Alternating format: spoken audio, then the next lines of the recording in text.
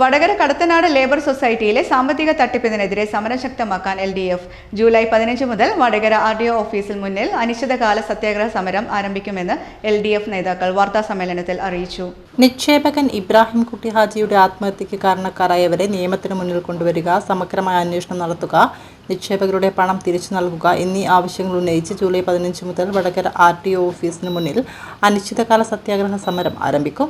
UDF RMP നേതൃത്വവും വടകര കുറ്റ്യാടി MLA-മാരും തട്ടിപ്പിന് കൂട്ടുനിൽക്കുകയാണെന്ന് action committee ഭാരവാഹികൾ വാർത്താ സമ്മേളനത്തിൽ ആരോപിച്ചു. ദിവസവും രാവിലെ 10 മണി മുതൽ വൈകിട്ട് 5 വരെയാണ് സത്യാഗ്രഹം. സമരത്തിന് മുന്നോടിയായി വിപുലമായ പ്രചാരണ പരിപാടികളാണ് ആക്ഷൻ കമ്മിറ്റി ആസൂത്രണം ചെയ്തിരിക്കുന്നത്. ജൂലൈ 11 പഴയ ബസ് സ്റ്റാൻഡ് പരിസരത്ത് സമരപ്രഖ്യാപന കൺവെൻഷൻ, ജൂലൈ 13 കേളുവേട്ടൻ PP ശങ്കരൻ മന്ദിരത്തിൽ സമരസഹായ സമിതി രൂപീകരണം, ജൂലൈ 15 രാവിലെ പുതിയ ബസ് സ്റ്റാൻഡ് പരിസരത്ത് നിന്ന് RDO ഓഫീസിലേക്ക് വൻ പ്രതിഷേധ പ്രകടനം, തുടർന്ന് അനിശ്ചിതകാല സമരം ആരംഭിക്കും. അനിശ്ചിതകാല സത്യാഗ്രഹ സമരത്തിന് വേണ്ടി LDF-ന്റെ കമ്മിറ്റി തീരുമാനിച്ചത് നമുക്കൊക്കെ അറിയാവുന്നതുപോലെ 1.5 മാസമായി തിരുവള്ളൂരിലെ ഇബ്രാഹിം കുട്ടി ഹാജി പഴങ്കാവിൽ കടത്തനാട് ലേബർ കോൺട്രാക്ടർ സൊസൈറ്റിയിലെ പ്രസിഡന്റായിരുന്ന, അതുപോലെ തന്നെ DCC സെക്രട്ടറി കൂടി ആയിട്ടുള്ള സുധീർ കുമാറിന്റെ വീട്ടില് തീ കൊടുത്ത് ആത്മഹത്യ ചെയ്തിട്ട് ഈ 1.5 മാസത്തിനിടക്ക് വലിയ രൂപത്തിലുള്ള സമ്മർദ്ദങ്ങളും അതുപോലെ പ്രക്ഷോഭങ്ങളും ഒക്കെ നടന്നിട്ടും പോലീസിന്റെ ഭാഗത്തു നിന്ന് തികഞ്ഞ അനാസ്ഥയാണ് നമ്മളിപ്പോൾ കണ്ടുകൊണ്ടിരിക്കുന്നത്. അപ്പോൾ ഇതിന്റെ ഭാഗമായി തിരുവള്ളൂരിൽ ഒരു ആക്ഷൻ കമ്മിറ്റി രൂപീകരിച്ചുകൊണ്ട് അതിന്റെ നേതൃത്വത്തിലുള്ള പ്രവർത്തനങ്ങൾ നടന്നു വരികയാണ്.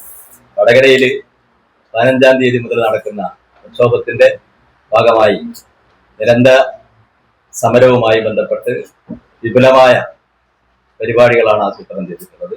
ഡിമാൻഡ് എന്ന് പറയുന്നത് കടത്തനാട് ലേബർ കോൺട്രാക്ട് സൊസൈറ്റിയുടെ ഈ സാമ്പത്തിക തട്ടിപ്പ് സമഗ്രമായി അന്വേഷിക്കുക, അതുപോലെ ഈ ഇബ്രാഹിം കുട്ടി ഹാജിയുടെ മരണത്തിന് ഉത്തരവാദികളായവരെ നിയമത്തിന്റെ മുമ്പിലേക്ക് കൊണ്ടുവരിക, നിക്ഷേപകരായിട്ടുള്ള മുഴുവൻ ആളുകൾക്കും നിക്ഷേപം തിരിച്ചു നൽകാൻ വേണ്ടി സർക്കാർ നടപടി സ്വീകരിക്കുക തുടങ്ങിയാണ് ഇതിന്റെ മുദ്രാവാക്യങ്ങൾ എന്ന് പറയുന്നത്. ഇബ്രാഹിം ഹാജിയുടെ മരണത്തിന് ഉത്തരവാദിയായ സുധീർ കുമാറും മറ്റാരെങ്കിലും ഉണ്ടെങ്കിൽ പോലീസ് അന്വേഷിച്ച് അവരെയും ഈ പ്രേരണ കുറ്റം ചുമത്തിക്കൊണ്ട് അറസ്റ്റ് ചെയ്ത് നിയമത്തിന്റെ മുന്നിലാണ്.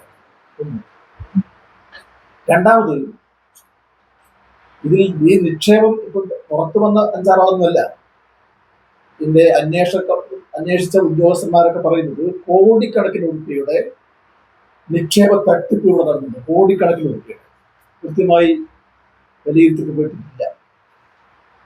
5 കോടിയെന്നും 2.5 കോടി എന്നൊക്കെ പറയുന്നത് കോടിക്കണക്കിന് രൂപയാണ് നമ്മുടെ പ്രദേശത്തുള്ള നിക്ഷേപകർക്ക് നഷ്ടപ്പെട്ടു. അങ്ങനെ നഷ്ടപ്പെട്ട തുക പൂർണ്ണമായും നിക്ഷേപകർക്ക് തിരിച്ചു കിട്ടണം. അങ്ങനെ തിരിച്ചു കിട്ടാനുള്ള വഴികൾ ധാരാളമുണ്ട്. നിലവിലുള്ള സഹകരണ നിയമപ്രകാരം ഇതിന് ഉത്തരവാദിയായ ആളുകളുടെ സ്വത്ത് കണ്ടുകെട്ടാണ്.